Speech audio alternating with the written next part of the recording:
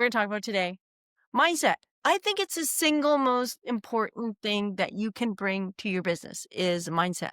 I mean, there's lots of things that you need to bring to your business, but Totally agree. number one is mindset because if you don't have the mindset you think is something is possible, it's not possible. Now, Yes. like, our mentor, Grant Cardone, I was just on a cruise with him, no, personal cruise. No, for his foundation. And it was masterminding during the day. And he was there speaking. He had other speakers. Number one thing I get from him all the time, and even at this mastermind, was just believing what is possible and having an abundant mindset, and thinking beyond my quiet little world and thinking beyond that, like bigger, way bigger. Totally agree. The mindset is everything. And I think when I started getting involved with mentors is when I first realized how important it really is. Because it's something that I was never really exposed to. So I always had these like crazy big ideas, but I never had anyone saying it was possible. And Yes, then once you get a mentor and you're in rooms with people that dream big and have these amazing mindsets, then it totally changes your life and your business it does. because it gives you the tools that you need to think bigger, get in rooms with different people that maybe you would never be exposed to before because you have to be in the right rooms. And Hmm. that's one part of mindset that always stuck out for me. It's like, are you in the right room? Right? They always said, like, you should never be the smartest person in the room, right? Right, Then you're in the wrong room. right. So you got to really think about who you surround yourself with, what type of networking events you go to, what kind of industry events, like, because if they're not pulling you up, they're holding you back. Yes, absolutely. But you can't get there until you think of that yourself. So I always thought mindset was like just be positive, have a positive attitude, which it is. There's part of that, but it's also like it's not it's what do you do when you're having a bad day and you're like, okay, I just got to be positive about this. I got to think positively. There's so much more layers to that mindset, and every time I listen to Grant, I'm reminded, I'm not just reminded, but I'm like, my mind is blown because 'cause I'm like, "Why Yeah. am I thinking so small?" Yeah. And like what I think about too, it's like on the bad days when you feel like things are going wrong or opportunities are not panning out the way they should. I always think of it like, okay, this door is closing for a reason, but there's plenty of other doors. Like it's happening because there's a better opportunity. And I may not understand what that is right now, Right. but if you stick with like the mindset and the positivity and the abundance mindset and you just keep at it and you don't quit, you will realize that bigger opportunities are waiting for you or better clients or better partnerships, whatever the case is. Right.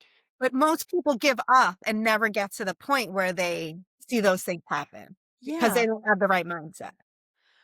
I mean, it's so easy to, I wouldn't say give up, but it's just so easy to Get discouraged. get discouraged. Yeah. I always thought, look, This is yeah. not for the weak.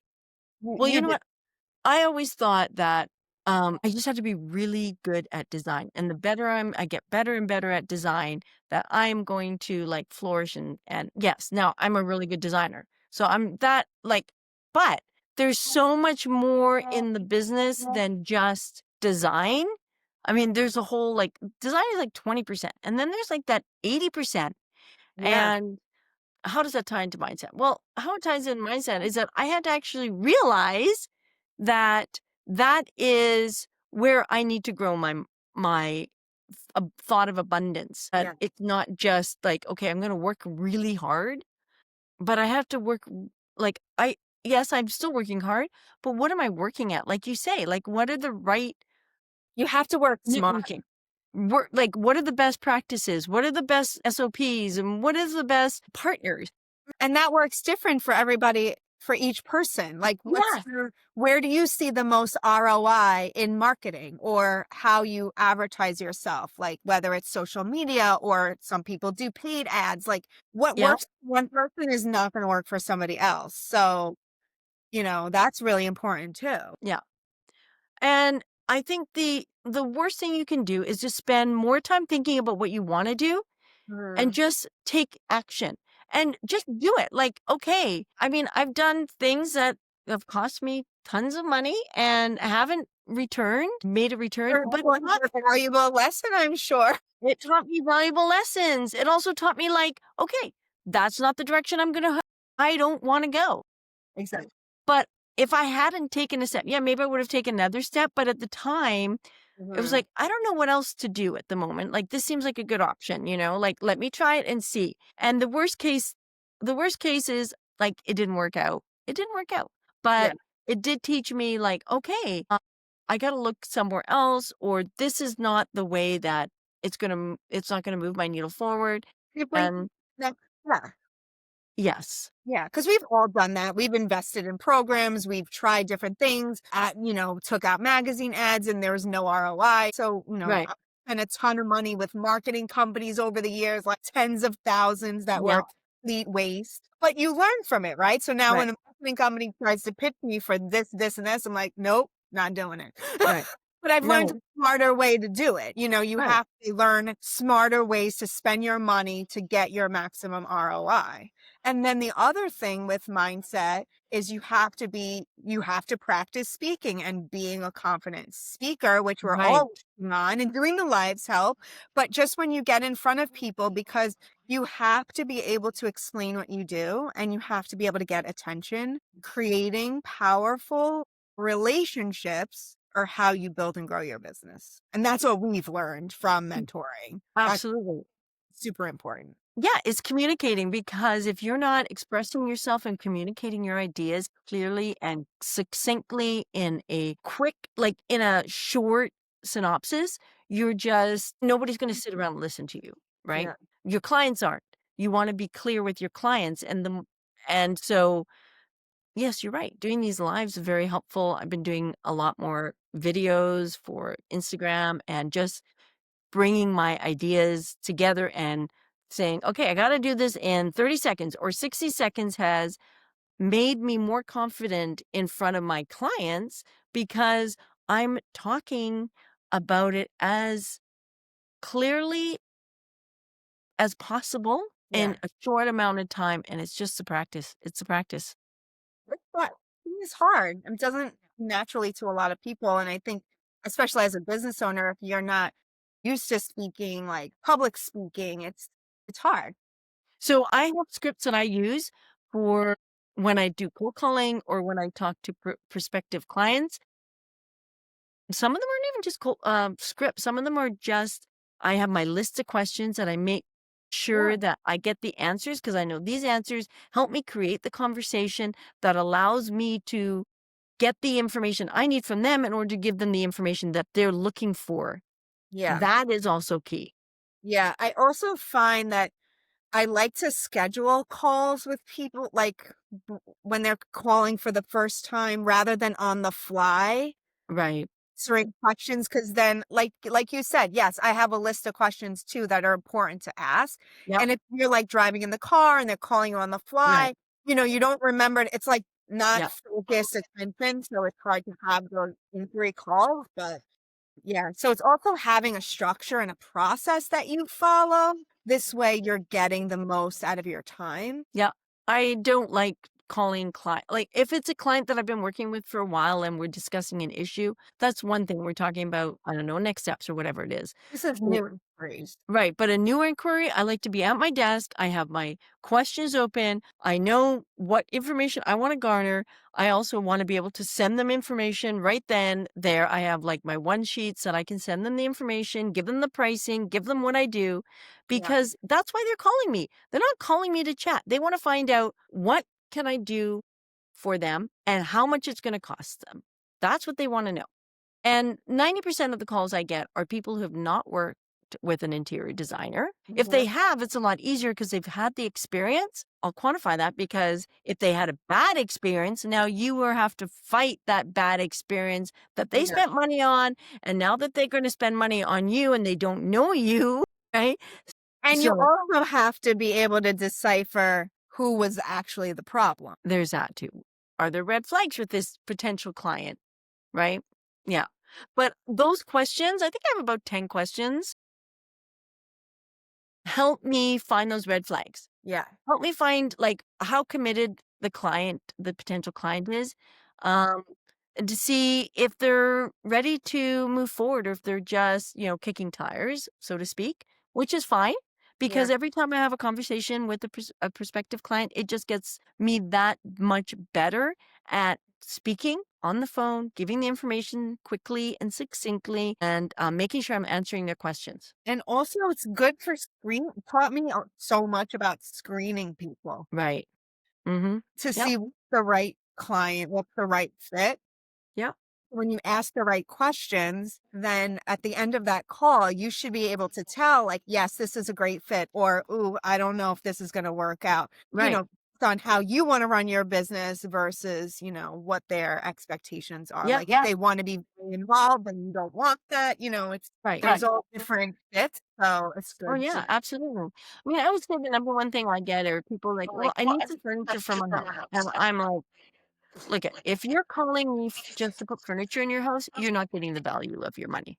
You're not getting the value of hiring me because it's not about putting furniture in your house. Yes, ultimately we put furniture in your house, but it's not about that. It's about creating your lifestyle. It's about creating like a whole environment. And yeah. then that environment consists of having the right pieces Mhm. to improve your life, to make it easier in your life. It's not just about, okay, it's a living room and I need a, you know, sofa and two chairs. Yeah. It's not, you know, Because that you're going usually wrong. that they're also too, like, I find when people say that, that usually means that they're wanting to, like, do it more low budget or try. Right, and there are some client yeah, no, it's true, because there are right. So I hope, if there's any designers out there listening, don't be giving away your design discount, please. I don't personally go to any retail shops and purchase directly from, like, let's say Crate and Barrel or what is it? What is some Pottery Barn, West Elm. I mean, there are so many more sources than that, and I also know that when the purchasing is all done through me, but I also know when the time comes, even if they haven't purchased from me, they're gonna come back and ask me about this. "Well, was it the right thing? It was the wrong color," and it's like, that's why, after 15 years of being in this business, I just don't do that. I don't go and, like, say, "Okay, I'm gonna," go and you get stuff from somewhere else and we'll make it work. That just doesn't work for me. Yeah. That's the way I work. Yeah. So, but everybody works differently. So you just have to find those ways that work differently. Make sure that you're asking the questions that are going to support that, that you're getting the answers so that you know if this client is the right client for you. We've Yeah. all had I wouldn't say the wrong client. It's just not been a good fit. But we learn the most from the wrong client. Yes, yes. It is a learning experience. It is, and you gotta go through a couple of wrong clients. It's just what you have to do in this industry. Yeah. I mean, yeah. Any industry, come on. There's always those clients, those Yeah.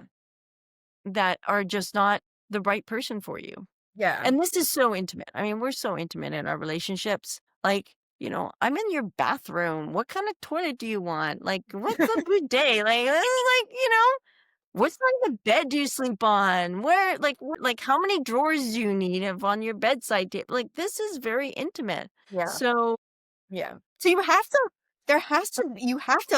like the person and feel a rapport with them, on both sides yeah, on both because sides. you will be spending a lot of time together Yeah. If not together, at least on the phone.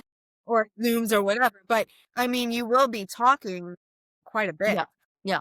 And if you don't know, if you're not interested in your client, if you're not asking the questions to get the answers so that you can really hone in on their needs, you're selling yourself short because you're not going to be able to make your clients happy because you don't know what it is that motivates them, that inspires them, that drives them.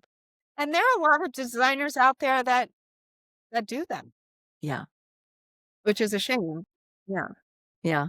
Well, it's also the kind of designer you want to be. Right. Well, we're here talking about that kind of designer because that's, you and I, we're really invested in our clients, not just making sure that they get the kind of home that they are dreaming about, but they have a great experience, and Yeah. that at the end, they're happy. Yeah, and we go above and beyond. We're just over delivering and putting more into it. Yeah. Yeah. Now, I just did this kitchen, and garbage cans didn't have lids on them for some reason. The place where I got the cabinets came from. Yeah. With w I got this project through the contractor, so he had his cabinet place, and then they spent the cabinets. So it was I don't normally do that, it just depends. If this in this relationship I did, but the garbage cans didn't have any lids on it. Literally, Taylor and I have been looking at every single garbage can that will fit into this space so the client can have a lid on their garbage can, and unfortunately, can't find we can't find anything that fits. I'm like, "Why would they even make garbage cans that don't al have a lid?" I don't know. I mean, I personally don't need a lid, but my client does. It's not a pull-out built into the cabinet? It's a pullout. It has 2 bins side by side that pull out, and we cannot find a lid for them. And the cabinet guy said, "Oh, they don't make lids for this." Why do you want a lid on it if it's closed in the drawer? I In the guess when they open it up, the smell Yeah. comes out. So I'm like, "Okay, you want a lid? We'll find you a lid." I can't believe they wouldn't have lids for this. They don't I swear to God, it's the Because most of the time it's under the cabinet. When you pull it out, it traditionally doesn't have a lid because then it's another step. right. Well, my clients want a lid, but I can tell you we spent hours You gotta looking for get lids. more? Yeah, we couldn't get a lid anywhere. Couldn't get a so we're like, "Okay, here's 2 options of What something." do they mean that's so smelly? Because I've never had an issue. That's funny. That's so funny. I mean, I don't have a I've lid. had I've had built-in garbage in my house, both of my houses for 20 something years. I've never had that as Interesting. I don't know, maybe they just don't. unless you're, like, making, like, raw chicken and you throw it in the garbage and you don't but we empty our garbage every night after dinner. Like, if you're Okay. leaving raw chicken in there for 3 days, I'm sure it's not gonna smell too good. No, it's not gonna smell good. Well, you're not using chicken because 'cause you're a vegan, but I'm saying for them, in case they have meat or something, but otherwise, I can't imagine that it would be smelling like that. Well, it is, and they Alright. want garbage can lids, and we can't find them, so we're like, "Here's some options for You learn a what." new problem every day. I'm like, "Oh my gosh." Get into the nitty-gritty of how clients use their space. I swear, whatever. So, but we spent hours just trying to figure this issue out, and now we've just realized that there is nowhere, anywhere. Yeah. GPT, we've gone on every single website we could think of, and then some. So, Oh, well, maybe this sounds like what I was trying to find this week. I've spent about 4 hours trying to find candles that drip. The wax actually drips. good luck. They don't make that anymore. I need drippy wax candle. Okay, I tell you where you can get them. Yes? You gotta go to, like, the secondhand shop, the rummage sale, the old garage sale. I swear to God, because you know why? Those candles will have been sitting in someone's house for 20 years, and they never use them, and those will be the drippy candles. Right. Go out and find them new? No. I But go and find some old ones? I Yeah. went into deep dive with Google. I'm like, "How could this be? They don't make" No. because in Europe, they all have drippy candles. Well, go to Paris and get some drippy candles then. I Or should have them when I was there. well, you just have to go back. I know, but I need them in February, and I'm probably gonna go in March, so I'm not gonna have them in time, Oh, but sorry. I will have to find them somehow, so I don't Yeah. know. I'm on the hunt. Somebody said if you get, like, really cheap candles, I bet. Super cheap ones. but, like, where? Where would you go? The pharmacy, CVS, you're gonna have to buy some candles and burn them and see. Why do you want them to drip anyways? Just out of interest. Because I'm doing a Parisian-themed tablescape. Okay, yeah. I'm gonna use my huge gold vintage crown from France that's, like, 500 years old as a centerpiece. It's a different range of crown. Okay, yeah, yeah, yeah. I look and I need, like, really big, like, beautiful, like, vintage brass candlesticks, and then I wanna do the big taper, but all drippy. So I'm gonna have to light them and have all because I want all the wax, like, dripping down and, like, on the candlestick. Whenever I had dinner in Paris, this was what was on the table, and I'm obsessed with it. All I could say is that maybe you actually drip all the wax, although if it doesn't beforehand, but I guess it's not dripping because it's not wax, it's like something I need the drippy candles because now they make them everything is dripless. you gotta go and get these old candles, I swear, at rummage sales, and then what you do is get the drip free, if you can, but drip all the wax beforehand, Yes. and so it's all dripped on and everything. Get Yeah. old candles, drip it on, and Yeah. then on the new candles, and then it'll drip, Right. you That's know? what I need to do. Yeah. Who would know something? Who would think something that seems so simple is gonna require so many hours of time? What are you doing the tablescape for? So there's actually an event here in Naples. It's called Naples Tables, Okay. and it's like a fundraiser. It's a huge luncheon, and they have like 500 women. The tickets are like a couple $100 a person just to Okay. attend, but they have a bunch of interior designers design all the tables. Oh, nice. So there's probably like 40 tables. Right. So each designer designs their own table. And this year they're going to have one of the hosts from like HGTV come and like MC the event. Oh, wow. Yeah. Remember Vern Yip? He was on Purple Show. I Yeah. if I suppose He's yeah. gonna come MC it. So it's like a very like Okay. fancy, it's like a 2-day event. It's at the Ritz here. Wow, Uh, okay. Went last year, helped my Yep. friend that did a table, but they asked me to do a table this year. So Nice. I'm gonna do it because I have this beautiful vintage Yeah, gown. seriously. It would be perfect. So I was asked to do tablescapes for this, women's luncheon a couple years ago, okay. and then they had little, like it was like a holiday boutique, and then you could have your own stand. So they Okay. said, "Well, could you do the tablescapes for," like, I needed 10 or something. And it was like 2 days before. I'm like, "Okay, I could do that." So I have all these vintage teapots, and I took the teapots, I went outside, I got all these sticks and wood and everything, and then I used, little lights that like battery operated lights and put the sticks in these teapots with the battery operated lights. Turned out really pretty. Oh my god. Yeah, and it didn't cost me a thing because Oh my god. I'm Well, like, that's good. 2 days before, I'm like, "Oh, what am I gonna do that is quick and easy and like" Yeah, this isn't more of an investment. Like Yeah. everything goes all out. Like I got to get the chairs, the linens, all the Oh, wow. underneath, like everything. Yeah. But I'm like, it could be really cool. I don't normally do tablescapes. Like, that's not really my thing. So this will be interesting for me because it's, Yeah.